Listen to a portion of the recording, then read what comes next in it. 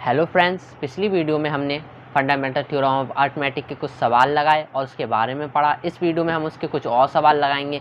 तो हमारा सवाल है, कंसीडर द नंबर 4 की power n where n is a natural number, check whether there is any value of n which 4 की power n ends with the digit 0। मतलब ये सवाल क्या कह रहा, क्या एक हमारा नंबर है 4 की पावर n, जहाँ पर n कैसा नंबर है, नेचुरल नंबर है।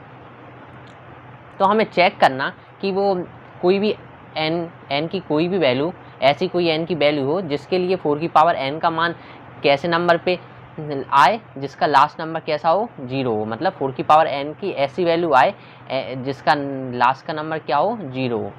तो n की ऐसी कौन सी वैल्यू होगी जिसके लिए 4 की पावर n का ऐसा मान आएगा जिसके लास्ट में क्या हो, 0 हो। तो इसके लिए पहले आपको ये समझना होगा, पहले आप ये सोचो सबसे पहली नंबर क्या है जिसके लास्ट में 0 आता, 10 है। सबसे पहला नंबर 10 है ना, जिसके लास्ट में 0 आता। हाँ, तो 10 का क्या, पहले फैक्टराइज करो तो कितना होगा, 2 से आएगा 5 बार, फिर 5 से आएगा 1 बार। तो 10 का फैक्टराइज कितना आएगा, 2 × 5। सेकेंड कौन सा नंबर होता जो जिसके लास्ट में 0 आता, 20 होता। 20 का फैक्टराइज करो तो कितनी बार आएगा, 2 से जाएगा कितनी बार, 10 बार। फिर 2 से आएगा कितनी बार, 5 बार। फिर 5 से आएगा, फैक्टराइज तो आता ही है आपको, कितनी बार आएगा, 1 बार। 20 का फैक्टराइज कितना आएगा, 2 × 2 × 5। मतलब 2 की पावर 2 कितनी बार, 2 बार है ना, तो मल्टीपल में पावर ऐड होती तो 1 1 2 हो जाएगा × 5। मतलब अगर किसी, इससे हमें क्या समझ में आया कि अगर किसी के लास्ट में 0 है तो उसके फैक्टराइजेशन में 2 और 5 जरूर आएगा, चाहे वो एक बार आए चाहे एक से ज़्यादा बार आए। मतलब 2 की पावर n × 5 की पावर m फॉर्म में होगा उसका फैक्टराइजेशन। समझ, इतना तो समझ में आ गया। अगर किसी संख्या के लास्ट में अगर 0 है तो उसके फैक्टराइजेशन में 2 और 5 जरूर आएगा, चाहे वो कितनी बार भी आए, चाहे 2 एक बार आए, चाहे 2 2 बार आए, या 5 एक बार आए, या 5 2 बार आए। हाँ, तो हमारा नंबर क्या है, 4 की पावर n। बस कंसेप्ट यही है। तो हमारा नंबर क्या है, 4 की पावर n। तो 4 को फैक्टराइज करो तो 4 कितनी बार फैक्टराइज होगा, 2 × 2 में फैक्टराइज होगा की पावर n। मतलब 2 की पावर 2 की पावर n हो जाएगा। तो इसमें ये क्या 2 की पावर n × 5 की पावर m फॉर्म में है, नहीं है, क्योंकि इसमें क्या मिस है, इसमें 5 मिस है। 5 फैक्टराइज में, 2 तो है फैक्टराइज में पर 5 फैक्टराइज में नहीं है। हमें क्या, दोनों चाहिए फैक्टराइज में, क्योंकि जब दोनों होगा जब तो लास्ट में क्या 0 आएगा। दोनों फैक्टराइज में होगा जब ये लास्ट में 0 आएगा, तो दोनों तो नहीं है फैक्टराइज में। इसलिए क्या, ये हम क्या लिखेंगे, चूंकि द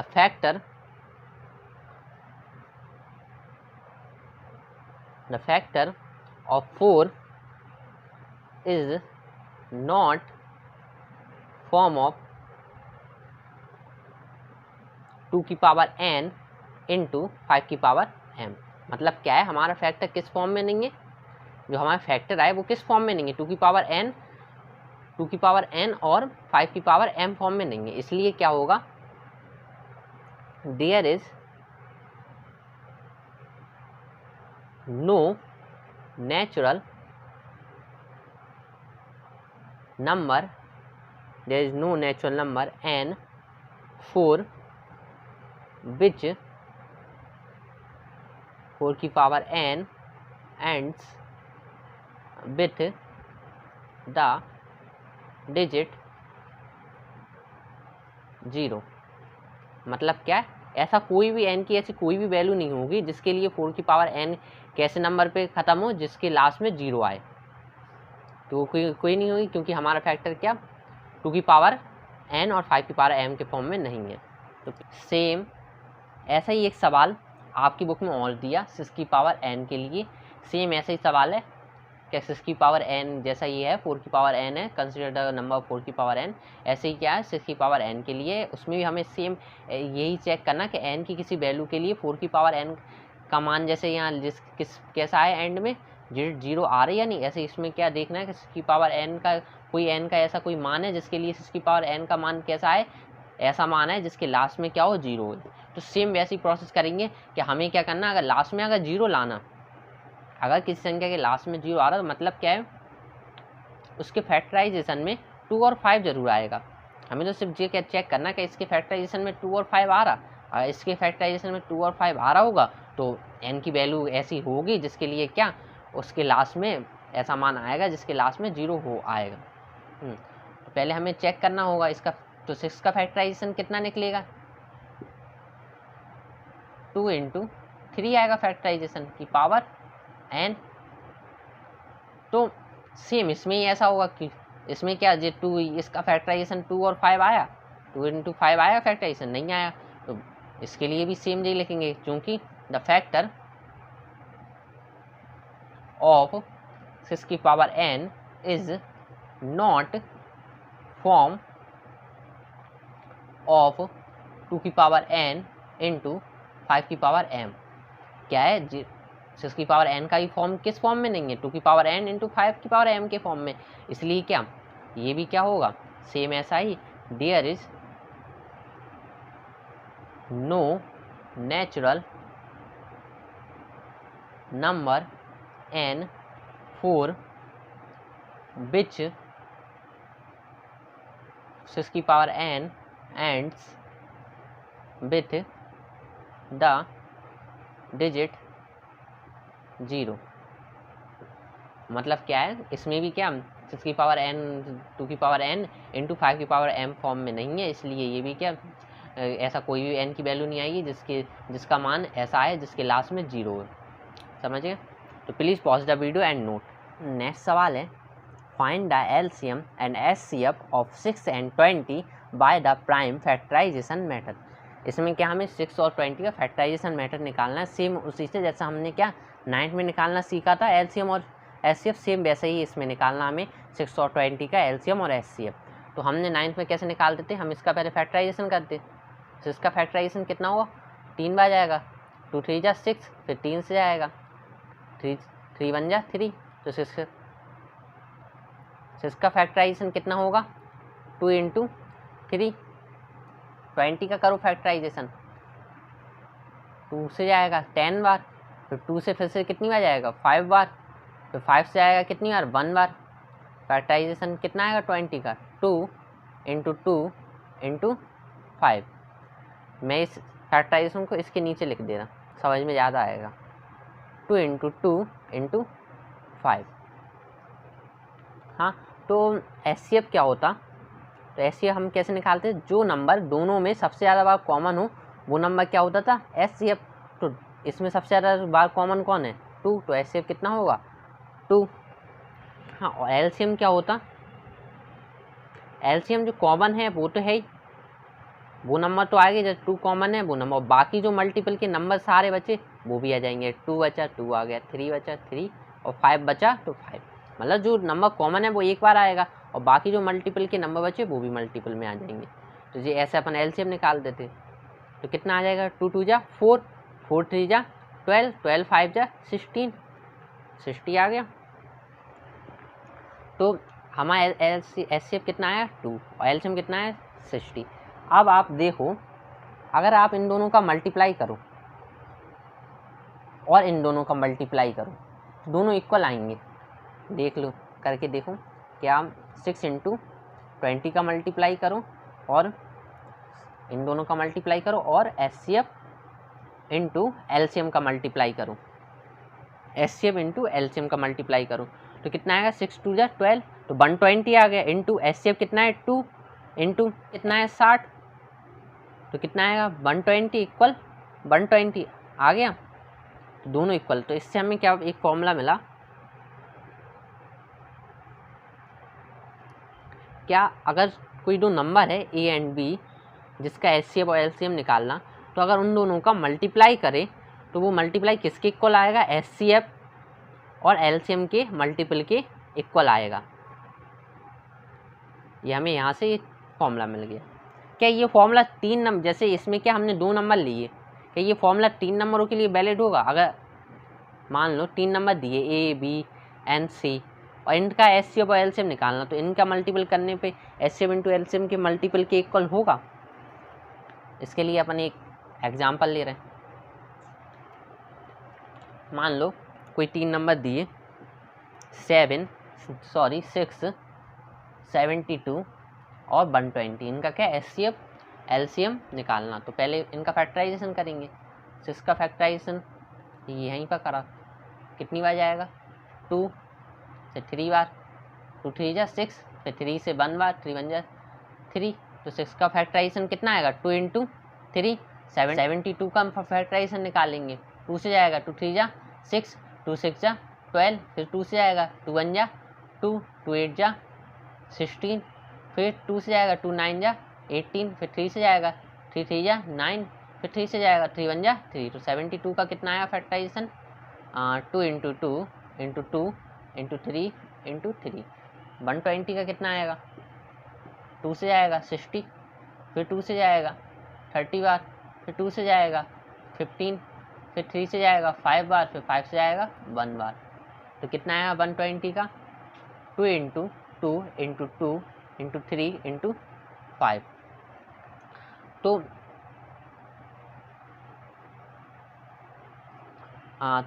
HCF कितना आएगा। HCF क्या होता, जो नंबर तीनों में कॉमन हो, तीनों में क्या 2 है, 2 यहाँ है, 1 2 यहाँ है, तो 2 आ जाएगा, इंटू 3 भी इसमें है, 3 यहाँ भी है और 3 यहाँ भी है, तो 3 भी आ जाएगा। तो कितना होगा HCF 6। मतलब जो नंबर दोनों में जो नंबर कॉमन है वही हाईएस्ट कॉमन नंबर। LCM कितना आएगा 2 दोनों में कॉमन, तीनों में कॉमन है तो एक बार लिखेंगे, इंटू बाकी जो नंबर बचे वो लिख दो 2 × 2 इंटू 3 बचा, 3 तीनों में कॉमन है तो एक बार, इंटू ये 3 बचा इंटू 5। तो इनका मल्टीपल करें 2 2 जा 4, 4 2 जा 8, 8 3 जा 24, 24 3 जा 72, 72 5 जा 360। अब 6 × 72 × 120 इक्वल क्या HCF इंटू LCM के इक्वल होगा, देखेंगे। तो 6 का मल्टीपल 72 में करेंगे, कितना आएगा 6 2 जा 12, 12 का 2 1 कैरी, 6 7 जा 42 और 1 43 इंटू 120। HCF कितना है 6 इंटू LCM कितना है 360। तो 0 12 2 जा 24, तो 4 2 कैरी, तो 12 3 जा 36 और 2 38, 3 कैरी, 12 4 जा 48 और 3 51 इक्वल 6 6 जा 36, 6 3 कैरी, 6 3 जा 18 और 18 और 3 21। तो ये दोनों इक्वल है, नहीं है। तो क्या पता चला, क्या A B एंड अगर C 3 नंबर है तो अगर इन तीनों का HCF और LCM निकालेंगे तो A × B × C करेंगे तो वो HCF × LCM के इक्वल नहीं होगा। ये फॉर्मूला सिर्फ क्या 2 नंबरों के लिए वैलिड है, 3 नंबरों के लिए वैलिड नहीं है। तो please pause the video and note. Next सवाल है, चेक करो कि 2 नंबर का मल्टीपल क्या HCF × LCM के इक्वल होता है। जो फॉर्मूला हमने पीछे पढ़ा उसी के बेस पे ये सवाल आएगा। तो चेक करना हमें, तो मान लिया कोई नंबर दिए 26 एंड 91 है, तो हमें चेक करना कि अगर हम इन दोनों का मल्टीपल करेंगे तो वो HCF और LCM के इक्वल आएगा कि नहीं। तो चेक करने के लिए फैक्टराइजेशन करेंगे। 2 से जाएगा 13 बार, 13 से जाएगा 1 बार, 13 1 जा 13। तो 26 का फैक्टराइजेशन कितना आएगा 2 × 13। अब 91 का करेंगे फैक्टराइजेशन, कितनी बार जाएगा 7 बार, 7 से, तो 7 1 जा 7, 7 3 जा 21, फिर 13 से जाएगा 13 1 जा 13। तो 91 का कितना आएगा 7 × 13। हाँ, तो HCF कितना है 13 है, क्योंकि 13 क्या दोनों में कॉमन है, और LCM क्या है जो कॉमन है वो तो रह गई, और बाकी जो मल्टीपल है जो बचे वो भी 2 बचा और 7 बचा। 13 2 जा 26 × 7, तो 7 6 जा 42, तो 2 4 कैरी, 7 2 जा 14 और 4 18। तो LCM आ गया, HCF आ गया। तो हमें चेक के करना कि अगर हम जो नंबर हमें दिए है उनका मल्टीपल करें, नंबर कौन से दिए 26 × 91 नंबर का मल्टीपल करें तो वो क्या HCF × LCM के इक्वल आएगा या नहीं। तो करके देख लिया, तो 1 से 26 आएगा, इंटू 9 से करेंगे, 9 6 जा 54, 4 5 कैरी, 9 टू जा 18 और 18 और 5 23, तो 6 6 23 कितना आएगा 23 6 6 इक्वल एचसीएफ कितना है 13 और एलसीएम कितना है 182, तो फिर करो 2 13 टू जा 26, 8 से करेंगे हाँ, तो 8 3 जा 24, 2 कैरी, 8 1 जा 8 और 2 10 और 1 आ जाएगा 13, तो 6 6 3 2 कितना आएगा सेम आएगा, कितना आएगा 23 6 6। तो ये हमें यही चेक करना है कि ये दोनों इक्वल है, चेक हो गया हाँ ये दोनों इक्वल है, इक्वल होते भी हमने पीछे चेक भी कर लिया था, फॉर्मूला भी बना लिया था। तो ऐसे ही सवाल आएंगे, और भी सवाल दिए, ये आपके होमवर्क के लिए कुछ ज़्यादा कठिन सवाल नहीं है, सिर्फ फैक्टराइजेशन करना और आपको और फिर मल्टीपल करके आपको चेक करना है कि ये दोनों इक्वल आ रहा है या नहीं। तो सवाल है एंड 5 4, ये आपको होमवर्क में करना, एक सवाल ये और दूसरा सवाल 9 2, ये दोनों आपको होमवर्क करना, जिसे नहीं आए वो कमेंट सेक्शन में पूछ सकता है। और डिस्क्रिप्शन में टेलीग्राम का मैं लिंक भी दे दूँगा, आप उस पर भी अपने डाउट पूछ सकते हैं मुझसे। Please pause the video and note. Next सवाल है जैसे 3 नंबरों का एलसीएम निकालना हो और एचसीएफ 12 15 एंड 21 दिया, इनका क्या एलसीएम और एचसीएफ निकालना, तो ये तो आपको आता ही, पर एक सवाल में करा देता। तो क्या करेंगे फैक्टराइजेशन करेंगे, तो 2 से जाएगा 6 बार, फिर 2 से आएगा 3 बार, तो 3 जा 6, फिर 3 1 जा 3, तो 20 का फैक्टराइजेशन कितना आएगा 12 का फैक्टराइजेशन कितना आएगा 2 इंटू 2 इंटू 3। 15 का करेंगे फैक्टराइजेशन, 3 से जाएगा 3 5 जा 15, 5 से जाएगा 5 1 जा 5, कितना आया फैक्टराइजेशन 15 का 3 इंटू 5। 21 का करेंगे फैक्टराइजेशन, कितनी बार जाएगा 3 7 जा 27, फिर 7 से जाएगा 1 बार, कितना आया 21 का फैक्टराइजेशन 3 इंटू 7। तो एचसीएफ कितना होगा, हमें क्या फाइंड करना एचसीएफ और एलसीएम। तो एचसीएफ कितना होगा, जो नंबर तीनों में कॉमन है, तीनों में कौन सा नंबर कॉमन है 3 है कॉमन, तो एचसीएफ कितना हो जाएगा 3। एलसीएम क्या होगा, जो नंबर कॉमन है वो तो हो गई, और बाकी जितने भी नंबर बचे मल्टीपल में, बाकी वो भी मल्टीपल में होंगे, तो कितना है 2 इंटू 2 इंटू 3 कॉमन है तीनों में, तो 3 एक बार इंटू 5 बचा इंटू 7, तो कितना आ गया 2 2 जा 4, 4 3 जा 12, 12 5 जा 60 और 60 इंटू 7 कितना हो जाएगा 420। हाँ, तो इसी तरह से और भी सवाल है, मैं होमवर्क के लिए आपको दे रहा हूँ।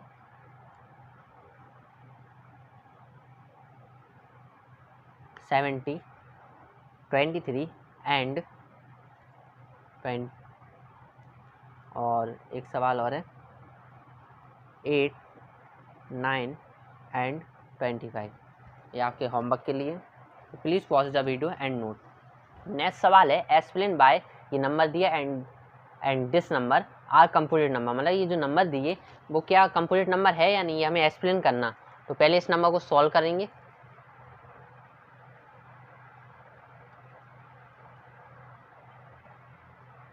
तो कितना आएगा मल्टीपल करने में 77 इंटू 13 प्लस 13। अब इन दोनों का मल्टीपल करेंगे कितना आएगा 1001 आएगा, करके देख लें, मल्टीपल करना तो आता ही है आपको। इन दोनों मल्टीपल करें, वो एडिशन करेंगे कितना आएगा 1014। अब क्या करना है, इसका फैक्टराइजेशन करो, तो 1014 का फैक्टराइजेशन कितना आएगा 2 से करेंगे, 2 5 जा 10, 0 2 7 जा 14, फिर 3 से करेंगे, 3 2 जा 3 1 जा 3 और 3 6 जा 18 और 3 9 जा 27। अब कितने से करेंगे 13 से, 13 1 जा 13, 13 3 जा 39, फिर 13 से करेंगे 1 आ जाएगा। तो फैक्टराइजेशन कितना आएगा 1014 का आया फैक्टराइजेशन 2 इंटू 3 इंटू 13 इंटू 13, मतलब क्या है ये फैक्टराइजेशन हमारे कैसे आए, ये प्राइम नंबर है ना, 2 किससे कटेगा ओनली अपने आप से डिवाइड होगा, 13 किससे डिवाइड होगा अपने आप से, 3 भी किससे डिवाइड होगा अपने आप से, तो ये नंबर कैसे है, प्राइम नंबर है ना। तो प्राइम नंबर फैक्टराइजेशन किसका आता, हमने फंडामेंटल थ्योरम ऑफ अरिथमेटिक पढ़ा था, उसमें क्या था, प्राइम फैक्टराइजेशन किसके आते, कंपोजिट नंबर के। वो थ्योरम क्या आती है, अगर हम किसी कंपोजिट नंबर को फैक्टराइज करेंगे तो कैसे नंबर में फैक्टराइज होगा, वो प्राइम नंबर में फैक्टराइज होगा। तो ये अगर इसका फैक्टराइजेशन प्राइम नंबर आ रहा है तो ये कौन सा नंबर होगा, कंपोजिट नंबर होगा, क्योंकि हमने फंडामेंटल थ्योरम ऑफ पढ़ाई है पिछले लेक्चर में। आगे जिसने नहीं पढ़ा हो वो पिछला लेक्चर देख ले प्लेलिस्ट में। तो ये कौन सा नंबर होगा, कंपोजिट नंबर, क्योंकि हमें पता है प्राइम फैक्टराइजेशन किसके आते, कंपोजिट नंबर के, क्योंकि हम फंडामेंटल थ्योरम ऑफ अरिथमेटिक पढ़ चुके हैं। हाँ, तो अब आप क्या लिख दोगे, चूंकि देयर फैक्टराइजेशन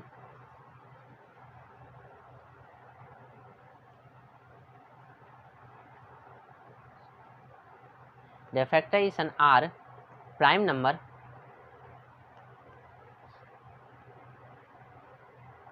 इसलिए 7 × 11 × 13 + 13 इज कंपोजिट नंबर। हाँ, अब सेम ऐसे ये होगा 7 × 6 × 5 × 4 × 3 × 2 × 1 + 5। तो इसका मल्टीपल करोगे तो कितना आएगा, मल्टीपल करने पे आएगा आपका 5040 आएगा। आप मल्टीपल करके देख लेना, मल्टीपल करना आपको आता है, ये 5040 आएगा मल्टीपल करने में, प्लस 5 करेंगे कितना आएगा 5045। तो अब जैसे इसमें फैक्टराइजेशन करा था इसमें ही फैक्टराइजेशन करेंगे, 5045 का फैक्टराइजेशन करेंगे कितना आएगा 5 कितनी आ जाएगा 5 से 5 1 जा 5 0 5 9 जा 45। अब कितने जाएगा 1009 से जाएगा, तो कितनी बार जाएगा 1 बार। तो 5045 का फैक्टराइजेशन कितना आएगा 5 × 1009। तो ये 5 नंबर भी कैसा है, prime factorisation, prime number sorry, और ये 1009 भी क्या है, प्राइम नंबर। तो अपन को पता ही है prime number factorisation, prime number किसके फैक्टराइजेशन आते, प्राइम नंबर। अगर कंपोजिट नंबर के तो प्राइम फैक्टराइजेशन आते, तो ये नंबर कैसा का होगा, कंपोजिट नंबर होगा, सेम ऐसे ही। तो सेम ये चीज़ लिख देंगे, चूँकि इससे hence their factorisation are prime number, इसलिए या इंग्लिश में सो 7 × 6 × 5 × 4 × 3 × 2 + 5 क्या हो जाएगा, इस कंपोजिट नंबर। लिख लेना, मैं लिख लिया, hence their factorisation are prime number, इसलिए 7 × 6 × 5 × 4 × 3 × 2 + 5 इज कंपोजिट नंबर। हाँ, तो please pause the video and note. Next सवाल है, there is a circular path around a spherical field, Sunita takes 18 minute to drive 1 round of the field while Ravi takes 12 minutes for the same. Suppose they both start at the same point and the same time and go in the same direction.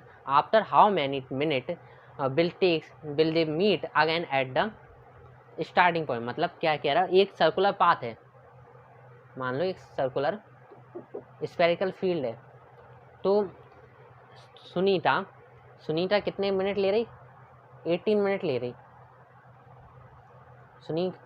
मान लो सुनीता को कितना minute लग रहा है, 18 minute लग रहा है एक राउंड लगाने में फील्ड के, और रवि को कितने मिनट लग रहा, रवि को 12 मिनट लग रहा, मतलब रवि जल्दी लगा ले रहा राउंड, एक राउंड लगाने में रवि को कितना टाइम लग रहा है 12 मिनट, और सुनीता को कितना टाइम लग रहा है एक राउंड लगाने में 18 मिनट, मतलब रवि जल्दी राउंड लगा ले रहा है एक राउंड। तो पूछ क्या रहा है, क्या अगर suppose they both start at the same point, मतलब सुनीता और रवि क्या एक ही पॉइंट से स्टार्ट करे, सेम पॉइंट, मतलब सुनीता और रवि एक ही पॉइंट से स्टार्ट करे और सेम टाइम पे स्टार्ट करे, वो भी क्या सेम डायरेक्शन में, एक ही डायरेक्शन में राउंड लगाना स्टार्ट करे, तो वो कितने समय बाद दोनों एक सेम पॉइंट पे मिलेंगे, कितने समय बाद ये दोनों एक सेम पॉइंट पे मिलेंगे। तो इसके लिए क्या है, अब क्या रवि जल्दी एक राउंड लगा रहा और सुनीता क्या को टाइम लग रहा है एक राउंड लगाने में। तो पर ऐसा तो होगा, कभी ना कभी तो ऐसा होगा कि अब रवि और सुनीता मिलेंगे, चाहे ऐसा होगा क्या रवि ने जब मिले तो ऐसा होगा रवि ज़्यादा राउंड लगा ले, सुनीता कम राउंड लगा पाई, पर मिलेंगे ज़रूर। राउंड में कमी हो सकती है, सुनीता मान लो मिले जे एक पॉइंट पे, मान लो यहाँ मिले, पर रवि ने उतने टाइम पे कितने 4 राउंड लगा ली, पर सुनीता क्या उसकी स्पीड कम है, तो सुनीता कितने राउंड लगा पाई, 3 राउंड लगा पाई, पर मिलेंगे तो ज़रूर, ऐसा तो हो सकता है मिलेंगे। तो मान लिया कि एक्स राउंड बाद कौन, सुनीता रवि से मिली।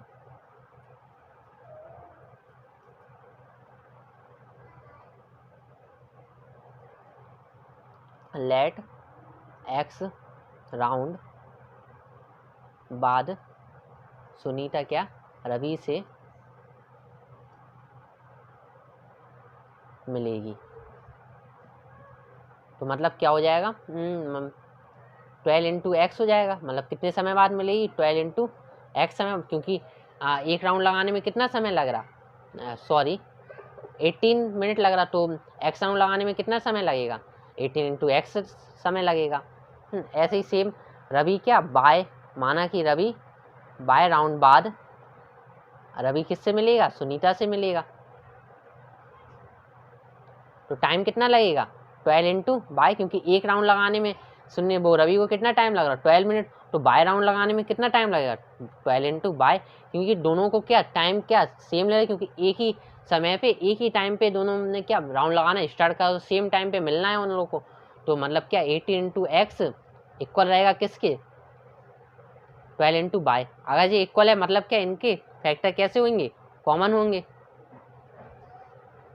फैक्टर कैसे होंगे, कॉमन होंगे, और इन दोनों ने क्या साथ में स्टार्टिंग करी। अब लिखा क्या है, क्या मीट अगेन, मतलब इसके बाद वो कब एक दूसरे से मिलेंगे, तो मतलब क्या है लीस्ट, मतलब हाल के हाल वो पहली बार कब एक दूसरे से मिलेंगे, तो लीस्ट कॉमन फैक्टर निकालना, मतलब क्या लीस्ट कॉमन फैक्टर क्या होता है, एलसीएम निकालना। तो 18 और 12 का क्या निकालना है, एलसीएम निकालना। तो हमारा टाइम आ जाएगा कि कितने लीस्ट टाइम में वो एक दूसरे से मिलेंगे। तो 18 का क्या होगा, फैक्टराइजेशन करो, तो 2 9 जा 18, फिर 3 से होगा, कितनी बार जाएगा, 3 बार, फिर 3 से होगा 1 बार, तो 18 का फैक्टराइजेशन कितना आ गया, 2 इंटू 3 इंटू 3। अब 12 का करो फैक्टराइजेशन, 2 6 जा 12, फिर 2 से 2 3 जा 6, 3 से 3 1 जा 3, कितना आया 12 का फैक्टराइजेशन, 2 इंटू 2 इंटू 3। तो एलसीएम क्या होता, जो कॉमन है वो तो है ही, और बाकी जितने मल्टीपल बचे वो तो 2 कॉमन है तो एक बार इंटू 3 बचा, 3 कॉमन है तो एक बार इंटू 3 ये बचा एक, और एक 2 ये बचा, कितना होगा 2 3 जा 6, 6 3 जा 18, 18 2 जा 38, कितना होगा। एलसीएम क्या होता, क्या जो कॉमन है वो एक, इसमें कॉमन क्या है, जो कॉमन है वो मल्टीपल लिखेंगे, और जो बाकी बचेगा वो मल्टीपल भी। तो 2 कॉमन है 2 लिख दिया एक बार, इंटू ये 2 बचा है तो 2 लिख दिया, इंटू 3 कॉमन है 3 आ गया, इंटू ये 3 बचा है तो ये 3 लिख दिया, 2 2 जा 4, 4 3 जा 12, 12 3 जा 36, तो एलसीएम कितना आ गया 36। तो कितना टाइम बाद मिलेंगे वो, 36 टाइम बाद मिलेंगे, आंसर कितना होगा 36।